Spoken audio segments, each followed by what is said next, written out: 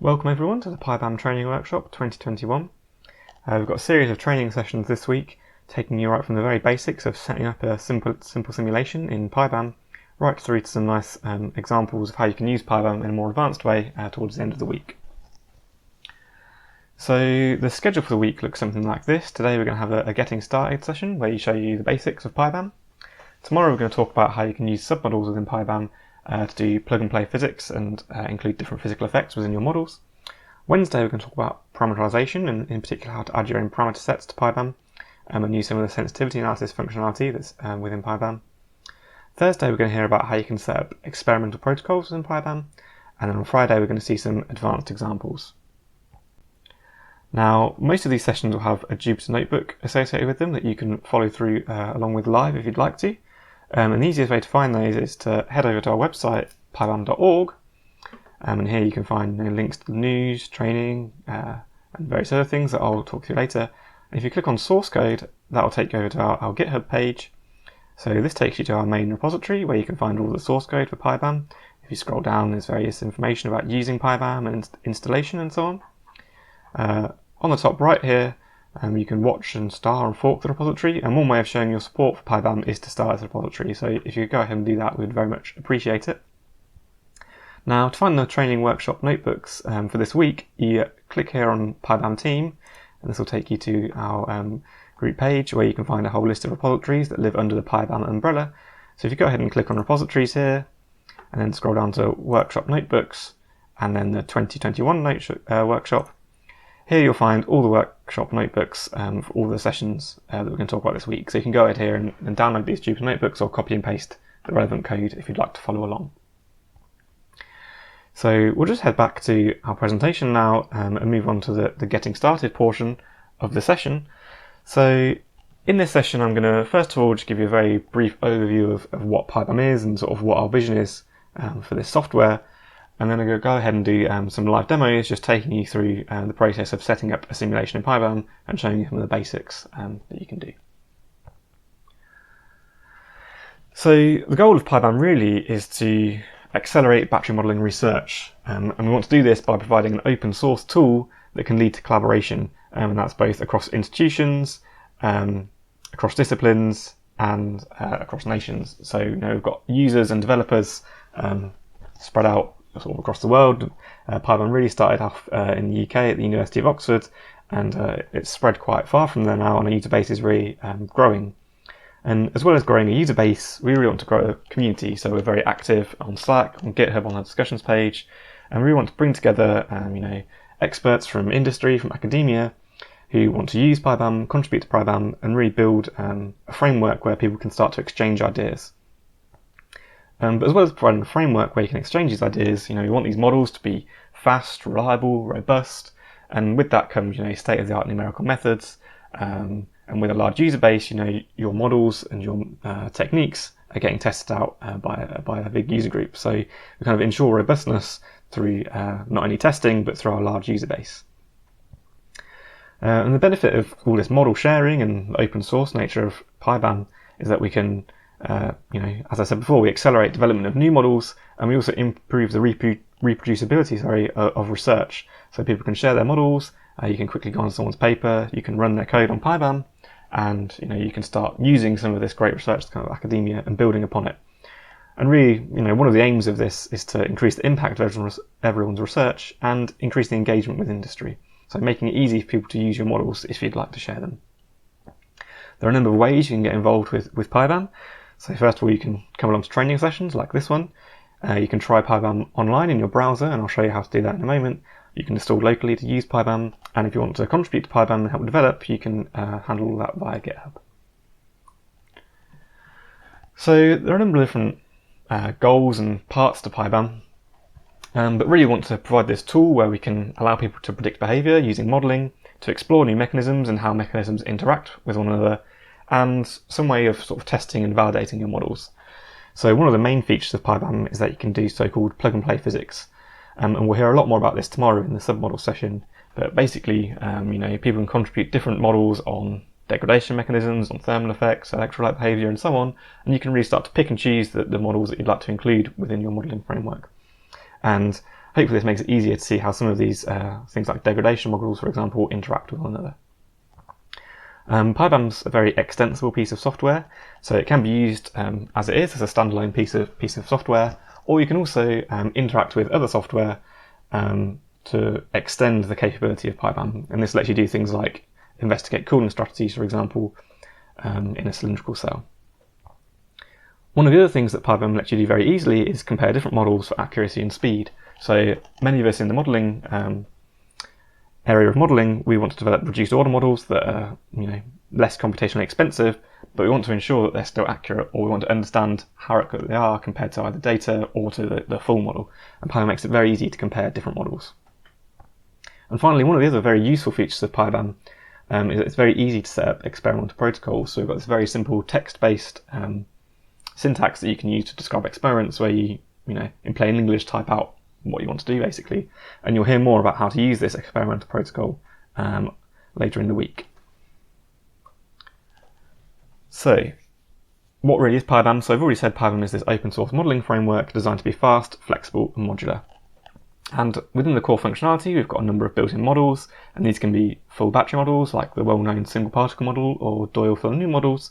You can include thermal effects, for example, and you can include extra physics like degradation mechanisms. We've got this experimental suite that we've spoken about, and it lets you do voltage, current, power control. So you can do sort of your favourite experimental protocols, and it's very easy to define a custom protocol. PyBaMM also comes with a library of different chemistries and parameters for those chemistries. So we've got very sort of common materials, NMC, LFP, graphite, and it's very easy to take one of these existing parameter sets and start to tweak them and play around with individual parameters, or indeed you can add an entirely new parameter set of your own. And all of this is combined with lots of functionality that comes from the software, things like being able to provide nonlinear parameters, either as a function of form or data. So you might have diffusivity that's a function of temperature and stoichiometry, and you can provide a function for that, or you can provide the data directly. We've got a large choice of different solvers that let you step your models forward in time, or solve algebraic models. These solvers also let you do sensitivity analysis of your model, and as I said on the previous slide, it's easy to interface with external software, so PyBaMM is also designed to be very extensible.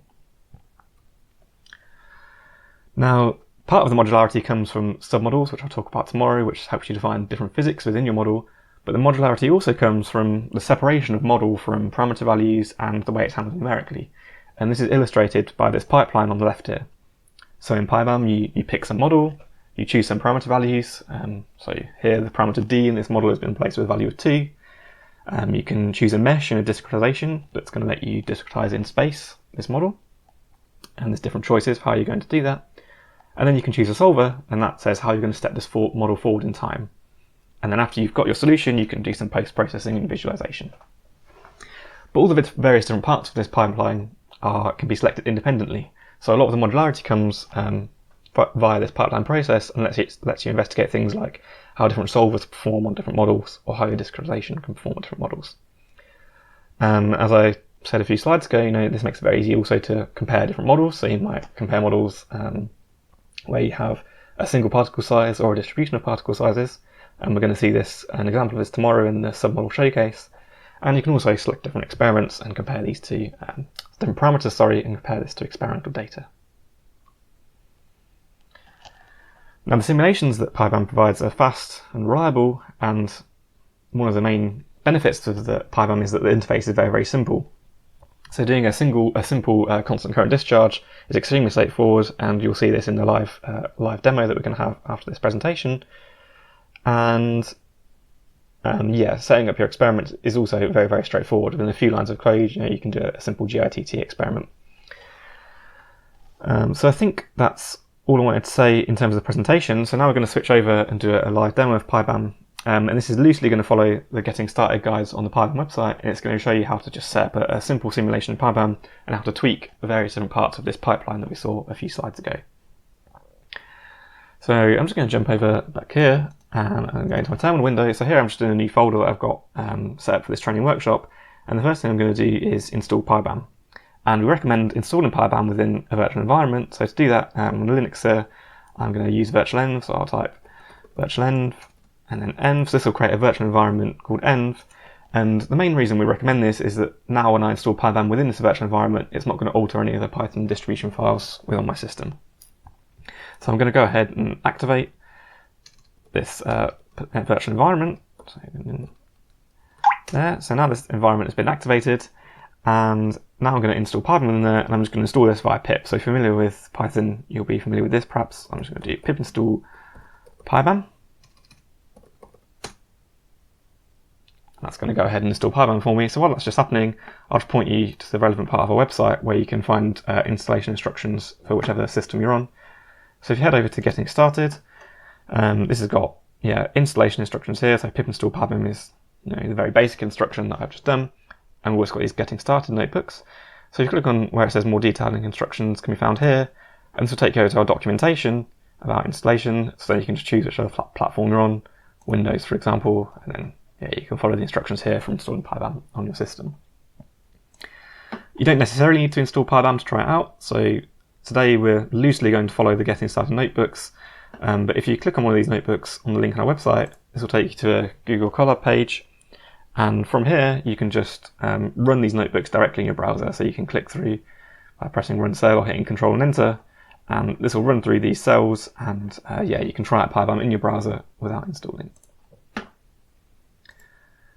So there, PyBaMM has finished its installation. So I'm just going to go ahead and create a new Jupyter notebook. So I'm just going to type Jupyter notebook, hit Enter, and this will take me here. And then I can just click New Python 3, and now I've got a new notebook. So now we're all set up and ready to start using PyBaMM. And so the first thing I'm going to do is import PyBaMM. And so that's just going to import PyBaMM into this notebook. And I'm just going to pick a model that I'd like to run. So the model I'm going to choose for this is the Doyle-Fuller-Newman model, or P2D model. So to do that, I'm just going to say model equals PyBaMM.lithium-ion. So we've got a bunch of different lithium-ion models in PyBaMM. DFN. So that's going to create a Doyle-Fuller-Newman model just with all of the default settings, the default physics. And then I'm going to create my simulation. So I'm going to call my simulation sim. And I'm going to say this is a PyBaMM simulation. And the thing I'm going to pass to that is just the model. And we'll see in a few moments how we can pass various different options to the simulation to tweak what we're going to do. But for now, we'll just do the most simple thing. So that's going to create a simulation with all of the default settings using the Doyle-Fuller-Newman model. And then I'm going to solve that. And the way to do that is I just hit sim.solve and then open brackets, and then square brackets, I'm just going to put the time interval that I'd like to solve for, and that's going to be in seconds. So I can pass an interval like this. I'm going to do 1 hour, or I could also pass an array of times if you want the solution to be returned at some specific times that you know. So I'll hit sim.solve, and that's going to go ahead and solve our model. So it returns this solution object. And then if I want to visualize the solution, I can just call sim.plot. And that's going to create a slider plot of the solution, and it just outputs some default variables. So I can drag this slider along, and that's going to give me the solution at various different times. So I've got the voltage here, and I've got electrolyte concentration, potentials, and so on. So this just plots a collection of sort of default variables, but you can also customize this plot by passing a list of variables that you're interested in. So I'm going to just do a list, which is going to be in square brackets, and I'm going to say I'm going to want to plot just the current in amps, and I'm going to separate the commas, and the terminal voltage in volts. Enter, and now I just get a slider plot with just these two variables that I've requested. And so that's how to create a very, very simple plot, but maybe you want to plot some different models, different variables, but you're not sure what those variables are called. So you can actually get a list of all the variable names within the model by doing model.variable names, and that returns all of the variables that I might like to plot. So you end up with this really huge list. You've got time in various different units, things to do with surface area to volume ratio, particle radii, and so on. So it's a really, really huge list, and it's probably pretty cumbersome to use. So instead you can search this list for variables that you might be interested in. So for example, I might be interested in the electrolyte, say. So I'm going to do model.variables.search, and then I'm going to search for the word electrolyte, and that's going to return all of the variables that have got electrolyte in. So you can see there's still quite a few here, and you'll notice that these variables have got some without units and some with. So under the hood, the PyBaMM models are solved in non-dimensional form. So these are the variables that have got no units, and they also provide these variables, the dimensional versions of these, sometimes in a variety of different units. So you can see there's still loads of different variables associated with the electrolyte, and maybe we want to plot, say, the electrolyte current density. So we can create another plot by doing sim.plot, and I'm going to plot the electrolyte current density. And that's just the dimensionless one. And let's plot the terminal voltage again. Okay, so this creates this plot. So you can see here the electrolyte current density is a function of position. So these lines here just show you where the separator is. And something else you can do with these plots is I can nest lists to plot two variables on the same axis. So I might want to plot the electrolyte current density as well as the electrode current density on the same axis. So I'll just nest that inside another list, and I'll hit enter again, and now I get both of these variables on the same axis. So that's how you use the sort of inbuilt plotting functionality within PyBaMM, but rather than doing that, you might want to investigate the solution data directly yourself.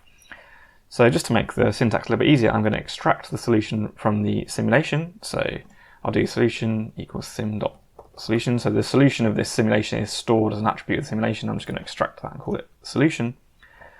And this solution object now stores all the variables that are in my solved model. I can access this like a Python dictionary. So if you're familiar with Python, I can do solution, and then I can open a square bracket, and I can type in a variable name, and this will find me the variable terminal voltage.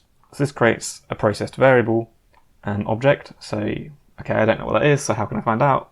Let's return to our documentation, and I can search for things I'm interested in. So let's search process variable and find out what that is.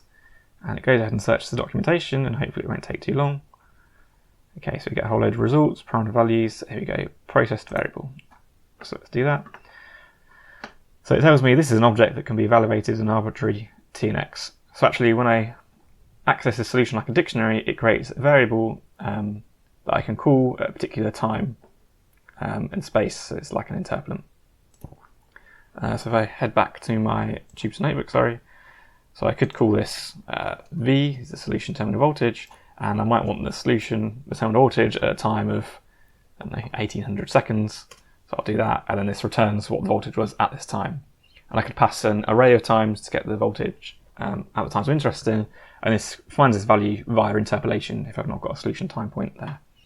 But something else I can do is just get the actual time points that were returned by the solver. So I can do v.data, and that's just going to try to return an array of all the voltage, the values of the voltage, all of the time points that the solver returned it at. So this is sort of the data that the solver returned. So I get a 1D array here, and I can access other variables in the same way. So if we think back, we had our electrolyte current density. And I can do .data to get the data for this. So now this returns a 2D array because electrolyte current density is a function of space and time. So I've got the values now at position x across the cell and at various different times. And if you want to save this data to a CSV or export it to other formats, you can. So you can export to CSV, MATLAB. If you look at the Getting Started guides, there's details on how to do all that. To do all that, I'm just going to save the data to CSV here as an example. So I can do save data. I can give it a file name. I'm going to call it dfndata.csv. And then I'm going to tell it which variables I want to save. So let's save the time in second. I just want some time series data and the terminal voltage.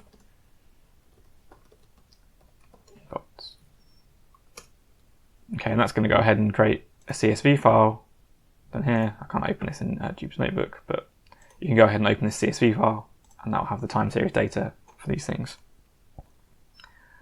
So that gives you data. So now you've got the data as a CSV, and you can handle that in however you'd like to, or maybe you just want to create a custom plot in Python. So maybe you'd like to create a custom plot using matplotlib or whatever your favorite package is. So I'm going to do that. I'm just going to import matplotlib, which is a plotting library, like so. And then I'm going to create a figure and an axis that I want to plot on. And let's say I want to plot, there's an equal sign there. Let's say that I want to plot the discharge capacity, so I'm going to decap, and I'm going to put solution discharge capacity in amp hours to get the data for that. I'm going to plot the voltage. I already had this variable v here, so I'm just going to do v.data. It's going to be my, I don't need to get there, I'm going to put that in my plot, sorry. With live plotting, so I'll do ax.plot, I'm going to plot decap, which is my data, and I'm going to plot my terminal voltage data, v.data, and that's going to create a plot of voltage as a function of discharge capacity, and then you can add your own labels to that and customize this plot in the way you usually would. So that's how to set up a really, really basic simulation in PyBaMM with all the default settings, and how to get the data out of the solution object so that you can use it in whichever way you like within Python and incorporate PyBaMM into your workflow. So something else we can do very, very easily in PyBaMM is compare different models. So I'm just going to create a new notebook for this, just so I've got a blank slate to start from. So first of all, we'll import PyBaMM, and now I'm going to pick a list of different models that I'd like to solve, but maybe I don't know which models are available in PyBaMM. So maybe if I go to my documentation and click here on API documentation, this gives me a list of all the various different things that are available in PyBaMM. And if I scroll down here, I can see I've got models and lithium-ion models. So let's go ahead and look at the lithium-ion models that are available within PyBaMM. So you can see here I've got single particle model, SPME, I've got a many particle model, which you'll see more about tomorrow, DFN, a bunch of other things. So let's take a look at the single particle model. So this is just a class in PyBaMM, similar to the DFN. It takes options, you give it a name, and so on. So we'll see more about options tomorrow in the submodel class. So going back, let's compare SPM, SPME, and DFN. So to do this, I'm going to create a list of the models that I'm interested in solving. So I'm just going to say models, and let's say PyBaMM.lithium-ion. So it's a lithium-ion model. I'm going to create SPM, and I'm going to also just copy and paste that and pop an E on the end for SPME. And we're also going to go ahead and change one to DFN. So now I've got a list of the 3 models that I'm interested in solving. And now I can just solve these models by looping over this list, creating a simulation and solving them in sequence. So first of all, I'm just going to create an empty list that's going to store my solution objects for each of these models. And then I'm going to loop over this list. So I'm going to say for every model in my list of models, I'd like to create a simulation with all of the default settings. And I'd like to solve that model, and I'm directly going to assign the solution to this sol variable. So I'm going to say sol equals sim.solve, and again I'm going to solve for 1 hour, and then I'm just going to add this solution to my list. So I'm going to take my list sols and I'm going to append sol to this guy. So I'll go ahead and hit this, and that's going to solve all these models in turn, and then I can take a look at what sols is, and this is just now a list of these solution objects that we had before. And so before I could just call sim.plot, and that plot is my simulation. Now something we can do in PyBaMM is a little helper function that creates a slider plot in the same way that sim.plot did, but for a collection of different models, and that's called a dynamic plot. So I can go ahead and do PyBaMM.dynamicPlot, and maybe I don't know how to use that, so again I can go back to my documentation and search dynamic plot. And that's going to go ahead and return the documentation for this guy. So it says, oh, dynamic plot creates a quick plot object with some arguments, keyword arguments. So I'll go to quick plot and see what the arguments are. And I can see here that to quick plot I can pass the solutions. This is my list of solutions I want to compare. I can pass a list of variables that I'm interested in plotting, and I can also do other things to customize a plot, like add labels, colors, line styles, and so on. So let's head back to my notebook, and I'm just going to pass my list of solutions here, and this now creates a slider plot comparing the output from these 3 different models. So let's just move along a little bit, and you can see here, for example, in the single particle model, the electrolyte concentration is uniform throughout space, whereas in the SPME and DOI for the new model, I get some variation in electrolyte concentration. And yeah, you can sort of compare these models and see how they perform against one another. And in the same way as I saw before, you can pass different variables that you're interested in to this dynamic plot. So you can just go ahead actually and just modify this one directly. So I'm just going to say, oh, I just want to plot the negative particle surface concentration for all these models. And I'm going to plot the dimensionless version of that. So 1 is the maximum concentration. And here, now I just get this slider plot just showing this concentration. So in SPM and SPME, the surface concentration is uniform in space because I've just got a single representative particle, whereas in DFN I get some spatial variation. That's not super strong for this particular parameter set.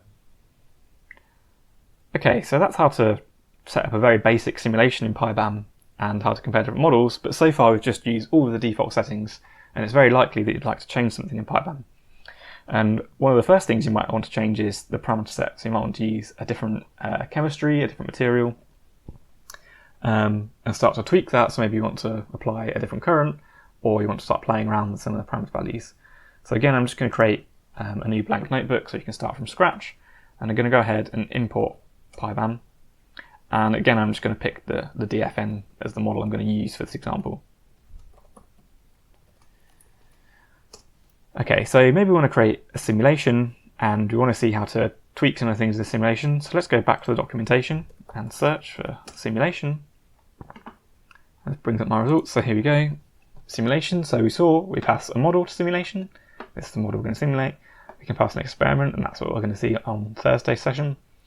You can pass geometry, parameter values, types of submesh you're going to use, and various other things to do with the numerical methods and the solver. And the thing we're going to be interested in changing right now is the parameter values. So you can see we can pass a PyBaMM.parameterValues class, and this will be a list of the parameter or a dictionary of the parameters and their corresponding values. So let's take a look at what parameter values needs. So here, parameter values is the thing that's going to house all of the parameter values that I'm going to use, and I can create this by passing just some values. So I can explicitly set some parameters or pass some file of parameters to use, or I can pass something that we call the chemistry. And this is going to be addictive strings for different chemistries. So Python dictionary specifying what's going on in the negative electrode, the separator, positive electrode, and so on. So let's go back to our notebook and have a play with some of these things and get to grips with it. So we know we wanted to create this parameter values class. So I'm going to say params equals a PyBaMM.parameter values. And I'm going to pass a chemistry to it. Chemistry. Type, but we're not sure what that's going to be yet. So let's take a look. So chemistry is going to be one of these dictionaries of things that tell us what the negative electrode, positive electrode, and so on are doing. And we've got a number of these built into PyBaMM as parameter sets. So I'm going to call this PyBaMM.parameter set, and these are accessed via an author year naming. So I'm going to take the parameter set from a paper by Chen et al. From 2020, so I can type Chen 2020, and that's going to be, it should be parameter sets, sorry. And if I just add a couple of new cells in here, let's take a look at what this chemistry is now. So chemistry is list, it tells me it's lithium ion, it tells me it's an LGM50 cell from this paper Chen 2020, it tells me what the citation is, it tells me it's NMC and graphite. And you can find a list of all the different parameter sets available in PyBaMM, again by going to the documentation. So let's type in parameter sets, hit enter, whoops, did that in a new window. So here we go, it says PyBaMM parameter sets, let's click on that. So we've got some lead acid parameters in PyBaMM, let's scroll down to lithium ion parameter sets, and you can see here these are all given an author year naming, and it tells you the papers that are relevant for this thing. Got the set from the Ecker paper for 2015, and various other different papers. So you can access all of these parameter values just by typing in the chemistry that you're interested in, and you can follow the references that are given here in the documentation to check out where these parameters came from and how they're collected and so on. So let's go back to our notebook and let's pass this chemistry to our parameter values object. So now we've got, I still didn't spell chemistry right. Chemistry, there we go. Right, so now we've got our parameters. So if we take a look at what this is, now we get this list of all the various different parameters that are provided by this parameter set. So you've got ambient temperature, the geometry of the electrodes, and so on. So you get this really, really long list that tells me all of these values, all of these parameters, and what their values are. And you'll see some of these things are scalar values, like the ambient temperature, and some of these things are functions. So for example, the electrolyte conductivity is given as a function here, and it gives you the name of this function, so it's electrolyte conductivity Nyman 2008. So you can go ahead and look at the source code and see exactly what this function is, or go ahead and look at the reference given in the documentation to look what the function is in the paper. But yeah, we get this huge list of all the parameters that are provided by that parameter set, and in the same way as we could search variables, we can search these parameters. So let's search for params.search, and I'm interested in electrolyte again. And we get a whole bunch of different parameters that have got to do with the electrolyte. So again, we've got some of these are scalars, some of these are functions. But not all of these parameters might show up in our model. So for example, some of these parameters are to do with SEI, but in our vanilla default DFM model, we've not actually got any SEI effects. So these parameters aren't actually going to be used in our model. And you can find out the parameters that show up in your model by doing model.print parameter info. So I do this and hit return, and this gives you some information about the parameters that actually turn up in the model that I'm going to be using. So here it tells me, oh yeah, the separator thickness turns up, and this guy's a parameter. But if I scroll down here, some of these things are what we refer to as function parameters. So these are parameters that depend on some other state. So let's look, say, at positive electrode diffusivity here. So this is a function parameter. It tells me that inputs are positive particle stoichiometry and temperature. So that's what the function for the diffusivity depends on. Okay, so now we've got our new parameter set from this Chen 2020 paper. We can create a new simulation. So let's do sim equals PyBaMM dot simulation, and I'm going to pass in my model and my parameter values. So I pass in this keyword argument, parameter values. I'm just going to pass my parameters in there. So that's created a new simulation. I can go ahead and solve this in the same way as before, and just create this slide plot.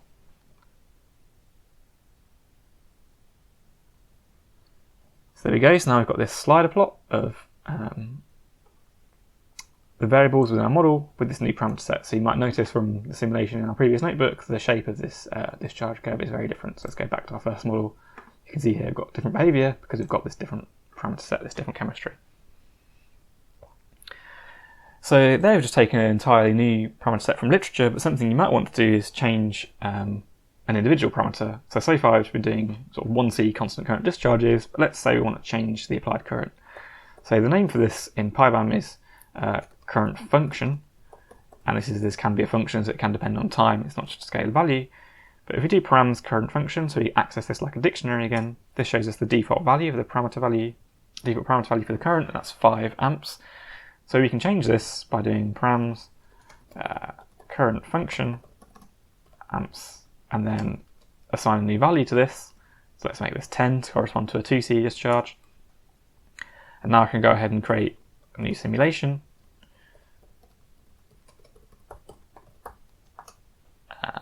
Pass in my model, and now I can pass in my parameter values again, but these have been updated so that the current is now 10 amps. And I can do new sim.solve, and again now we'll just solve for we can solve for let's type in a whole hour, and we know it's not going to get to this time because we're going to be reach the cutoff voltage before we get to this time, but PyBaMM by default handles events, so we had some minimum voltage cutoff defined in our parameter set, and we can go ahead and plot this guy, new sim.plot, and we'll see actually that the simulation stops before it gets to the full hour.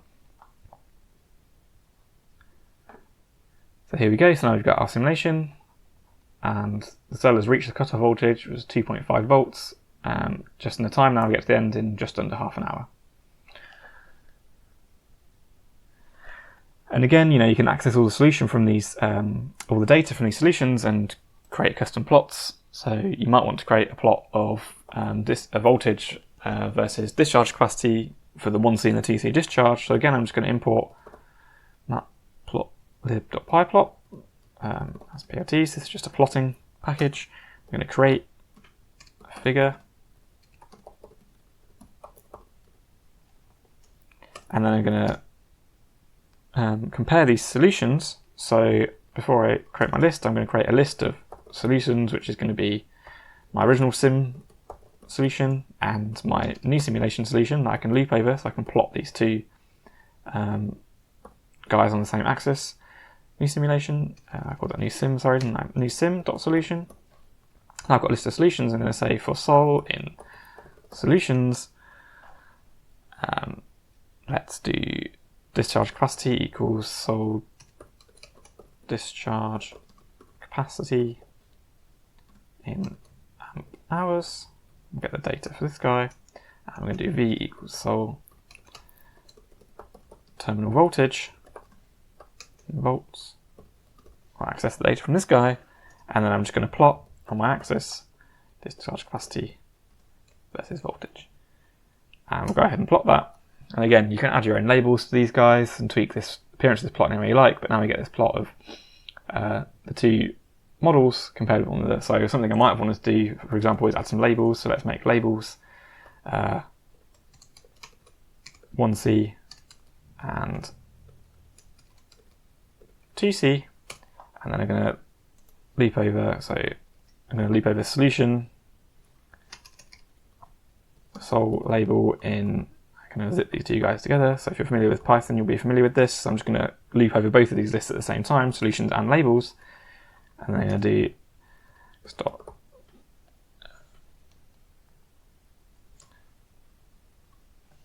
Actually, and add a label, sorry. Add a new label to this guy, and then when we get to the end, I can just do set a legend. And now you can see here I've got a legend with some labels for these two different curves.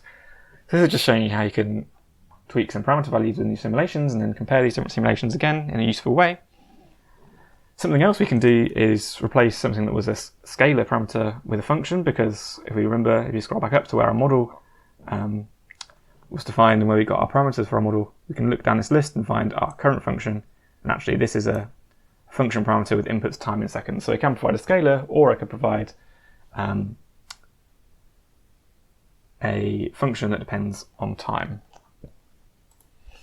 So what I can do is I'm going to just import NumPy, so I can find a function. I'm going to define a function that's my current, let's go function of t, and I'm going to return, let's say, some sinusoidal current with some small amplitude.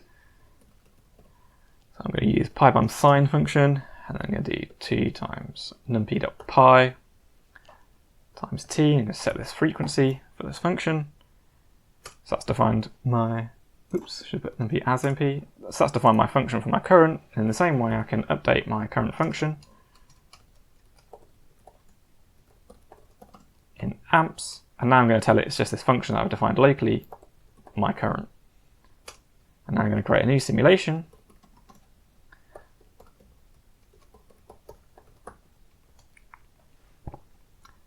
Using this same model again, so just the DFN and the parameter values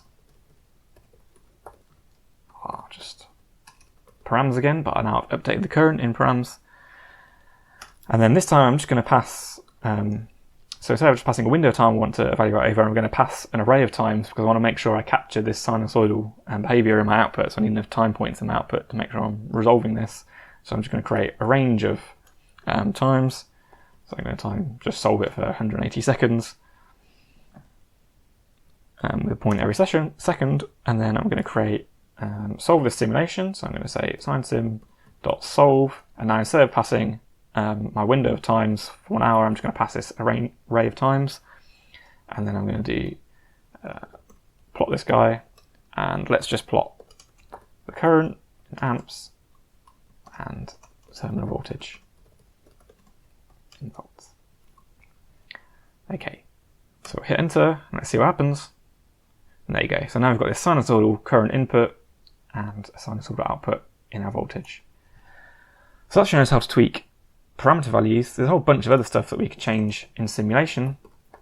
So to go back to our simulation in the documentation, we could pass things to do with the various different meshes and the solver and so on. So let's very quickly at the end just see how you change the solver in PyBaMM. So let's look at the different solvers available. Go to the solver documentation, so that takes me to base solver. So I'll just click here to get a full list of solvers. So we've got a range of different ODE and DAE solvers. And let's just look at the Casadi solver, for example. And in here you can pass different options like the operating mode it works in, and relative and absolute tolerances. And there's much more information on how to change various different things in our Getting Started guide. So you can go through and say model options and solver options. So let's just very quickly go ahead and create a new notebook and change the solver. So again, we import PyBaMM, we create our model,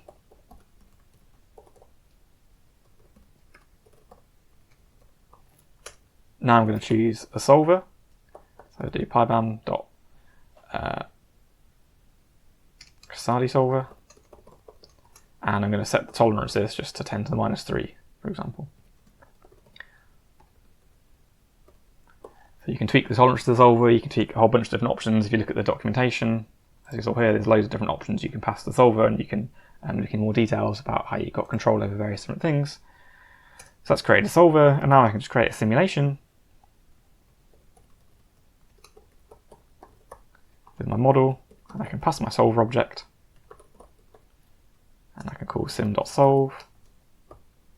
Let's just solve for an hour again. Let's do that, and then in the same way, I can just create a plot. So now I've got a new plot, and I've tweaked the tolerances on the solver, and you can do things like compare the accuracy of your model against experimental data as you change the solver accuracy, or against do grid refinement studies, things like this. So there's many more, much more information in these getting started guides. You can do things like look at tutorial 9 in the getting started for how to change the mesh within PyBaMM. So you can pass different numbers of points to the simulation, and you can do things like create a mesh refinement study. So if you click through this notebook yourself, you'll find we create a plot of the solution as we change the number of mesh points. But I think that's all I wanted to go through in this getting started guide. So hopefully that's given you a bit of a starting point to go on when using PyBaMM, and helped you to sort of navigate using the documentation to figure out how you can use different features within PyBaMM.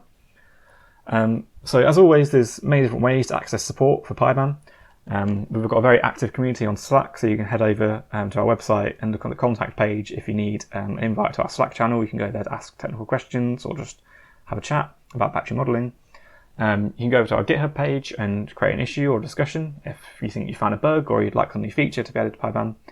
And we do also offer implementation sessions. This is like a one-on-one or a group session to discuss and workshop your ideas for something you'd like to do in PyBaMM. So if you are interested in any of these things, please get in touch with us. The contact details can all be found on our website, so you can go to our website pybamm.org and click on contact at the top there. You can also follow us on Twitter at pybamm_, and please go to our GitHub page and start our repository, join our Slack, and go ahead and try our examples online in your browser. So that's it for today's sessions. Hopefully, we've given you a nice starting point for PyBaMM, and you'll join us for the sessions in the remainder of the week. Thank you very much.